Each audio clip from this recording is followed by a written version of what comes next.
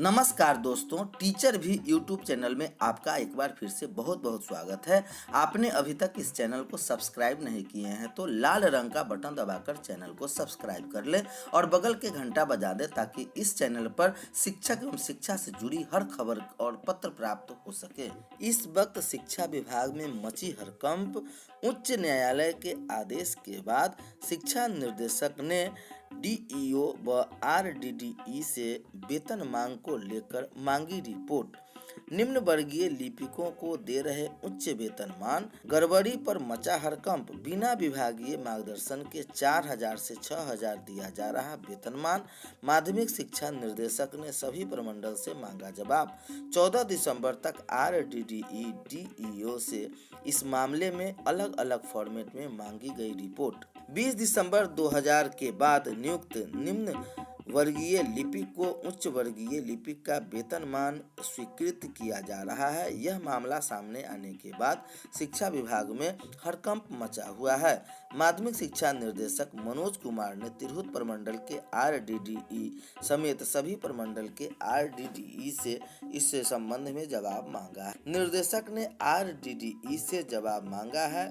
उच्च न्यायालय के आदेश के आलोक में विभाग से मार्गदर्शन प्राप्त किए बिना इतना महत्वपूर्ण मामला जिसमें विभाग की ओर से प्रावधान नहीं रहने पर भी 20 दिसंबर 2000 के बाद नियुक्त निम्न वर्गीय लिपिक को उच्च वर्गीय लिपिक का वेतनमान कैसे स्वीकृत किया जा रहा है।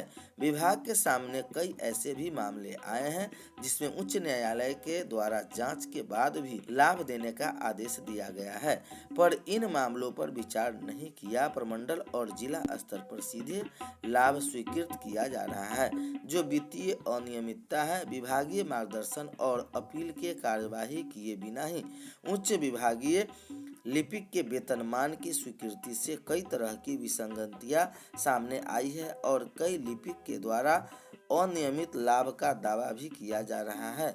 निर्देशक ने निर्देश दिया है कि अनुकंपा के आधार पर 20 दिसंबर 2000 के बाद नियुक्त के मामला उच्च न्यायालय द्वारा सभी एलपीए में आदेश पारित के दावे को अमान्य किया गया है। इसके बावजूद विभिन्न प्रमंडलों ने इस तरह का मामला सामने आया है। निर्देशक ने 14 दिसंबर तक आरडीडीई डीईओ से इस संबंध में अलग अलग फॉर्मेट के रिपोर्ट मांगे हैं।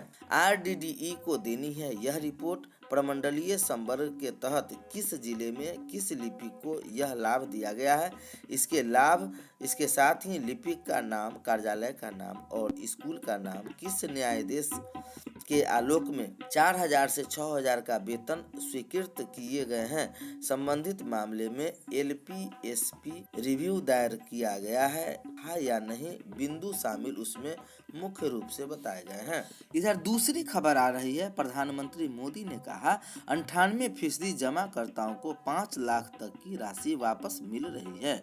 बैंक डूबने पर भी आपका पैसा महफूज रहेगा। मोदी 1 लाख खाता धारकों को अपना फंसा पैसा वापस मिला। 90 दिनों के भीतर किया जाएगा भुगतान।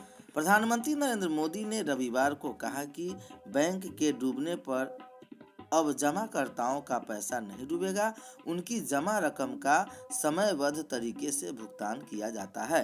उन्होंने कहा कि सरकार के जमा बीमा सुधार से खाता धारकों का बैंकिंग प्रणाली के प्रति भरोसा बढ़ा है। विज्ञान भवन में जमाकर्ता प्रथम 5 लाख रुपए का गारंटी सूद समय जमा बीमा भुगतान कार्यक्रम से संबोधित करते हुए प्रधानमंत्री मोदी ने कहा कि जमाकर्ताओं को पहले दबाव वाले बैंकों से पैसा वापस पाने के लिए संघर्ष करना पड़ता था, लेकिन अब बैंकिंग प्रणाली के प्रति भरोसा बढ़ा है। उन्होंने बताया कि संसद के गत अगस्त में जमा बीमा एवं ऋण गारंटी निगम संशोधन विधेयक 2021 पारित किया था। इसके तहत किसी बैंक पर रोक के बाद 90 दिन में जमाकर्ताओं को जमा में से 5 लाख तक की राशि दी जाती है। पहले यह राशि 1 लाख रुपए थी। इसकी दायरा में 98% खाता धारक आते थे। उन्होंने कहा कि जमा बीमा भुगतान के दायरे में बैंकों को 76 लाख करोड़ की जमा राशि आती है।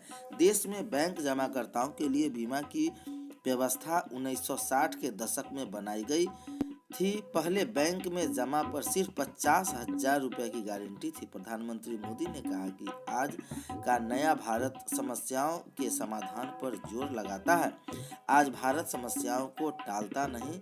बैंकिंग क्षेत्र में सुधारों पर प्रधानमंत्री ने कहा कि छोटे बैंकों को सक्षम बनाने, उनकी क्षमता और पारदर्शिता बढ़ाने के लिए उनका विलय सार्वजनिक क्षेत्र के बड़े बैंकों के साथ किया जा रहा है। प्रधानमंत्री मोदी ने बताया कि हमारे देश में समस्या सिर्फ बैंक खातों की नहीं थी, बल्कि दूर सुदूर तक बैंकिंग सेवाएं पहुंचाने की भी थी। आज देश के हरेक गांव में 5 किलोमीटर पर बैंक शाखा या बैंकिंग प्रतिनिधि की सुविधा है। प्रधानमंत्री ने कहा कि बैंकों को बचाना है तो जमाकर्ताओं को सुरक्षा देनी ही होगी। हमने बैंकों को बचाकर उन्हें यह सुरक्षा दी है। उन्होंने कहा, वित्तीय समावेशन तथा कर्ज तक सुगम पहुंचा कर सबसे अधिक लाभ महिलाओं को मिल रहा है। इस मौके पर रिजर्व बैंक के गवर्नर शक्तिकांत दास ने निवेशकों को आगाह करते हुए कहा कि ऊंचे रिटर्न या ज्यादा ब्याज के साथ जोखिम ज्यादा होता है। बैंक ज्यादा जमा दर की पेशकश कर रहा है तो पैसा लगाने से पहले जमाकर्ताओं को सजग होना चाहिए। 26 से सीबीएसई 10वीं की अंग्रेजी परीक्षा के पेपर पर विवाद। लैंगिक रूढ़िवाद को बढ़ावा देने का आरोप। बोर्ड के मामले को विशेषज्ञों के पास भेजा। प्रियंका गांधी वाड्रा का ट्वीट पर भाजपा पर सवाल। केंद्रीय माध्यमिक शिक्षा बोर्ड सीबीएसई की परीक्षा को लेकर एक बार फिर विवाद खड़ा हो गया है। 10वीं की अंग्रेजी की प्रश्न पत्र में दिए गए वाक्य में लैंगिक रूढ़िवाद को बढ़ावा देने और पीछे ले जाने वाले विचारों का समर्थन करने का आरोप लगा है। बोर्ड ने इस मामले को विषय के जानकारों के पास भेज दिया है। गौरतलब है कि इस महीने के शुरू में 12वीं के समाजशास्त्र के प्रश्न पत्र में पूछा गया था कि 2002 में गुजरात में दंगे किस पार्टी के सरकार में हुए थे। बाद में सीबीएसई ने इसे अनुचित और अपने दिशा निर्देशों के विरुद्ध बताया था। शनिवार को आयोजित 10वीं कक्षा की परीक्षा में प्रश्न पत्र में एक वाक्य दिया गया था, इससे महिलाओं की स्वतंत्रता के ने बच्चों पर माता पिता के अधिकार को नष्ट कर दिया और यह केवल अपने पति के तरीके को अपनाकर ही एक माँ छोटे बच्चों का अनुशासन में रख सकती थी समेत कुछ पंक्तियां शामिल थी।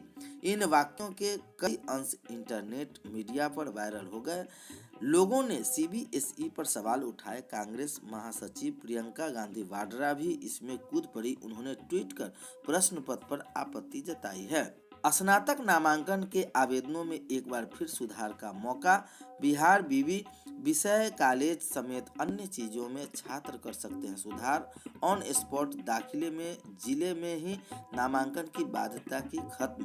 बिहार बीवी के विभिन्न कॉलेजों में स्नातक को लेकर फॉर्म भर चुके छात्रा विषय समेत अन्य चीजों में 15 दिसंबर तक